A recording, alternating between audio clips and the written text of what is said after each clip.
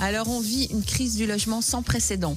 Avoir un toit sur la tête aujourd'hui, c'est devenu un luxe. Un luxe comme un plein d'essence ou comme des vacances ou mieux des fruits rouges en plein hiver. Et quand tu es une maman solo, quadra, avec 3 ados dans ton salon et de plus être 2 fois arabe, on n'est plus sur une difficulté, on est sur une peine maximale avec circonstances aggravantes. Et je parle en connaissance de cause. Je cherche depuis quelque temps un appart, rien de fou, un petit 3 chambres. Pas un loft d'artiste, pas un penthouse, juste un endroit où mes enfants peuvent avoir chacun un lit.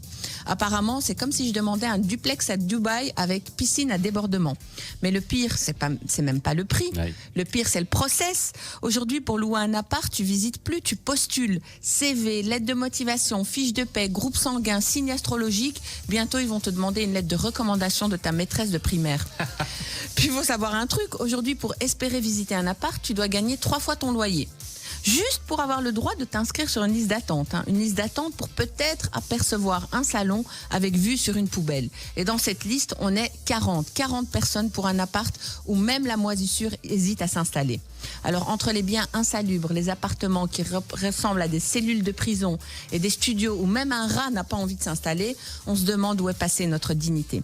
Et puis, visite après visite, je découvre des cuisines où le concept de plan de travail relève de la science-fiction, des salles de bain qui hésitent entre un hammam et une scène de crime, et des chambres où tu dois jouer à Tetris pour placer ton lit. Le tout pour un prix qui te donne envie de vendre un rein. Et puis les agents immobiliers, ces poètes des temps modernes. Charme atypique, ça veut dire que la porte ne ferme pas. D'accord. Lumineux, c'est un néon fatigué qui clignote comme dans un film d'horreur. Et puis optimisé, ça veut dire que si tu éternues trop fort, tu changes de pièce directement. Donc, et les mamans et les papas solos peuvent crever ou dormir sous les ponts avec leurs enfants 1 semaine sur 2, parce qu'évidemment, il y a un tri invisible qui se fait.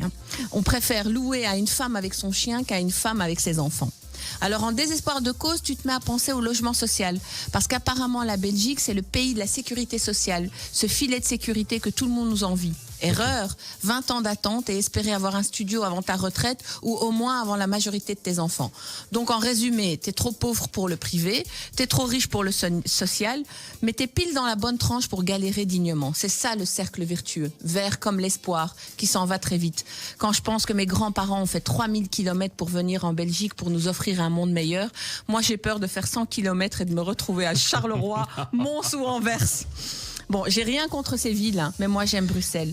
Même polluée, même hors de prix. C'est une relation toxique, mais je l'aime quand même. Mais parfois, je me mets quand même à penser que je devrais peut-être faire le chemin inverse comme mes grands-parents, car le monde meilleur est peut-être ailleurs. Avec le climat actuel, je crois que c'est ce que la Belgique attend de nous.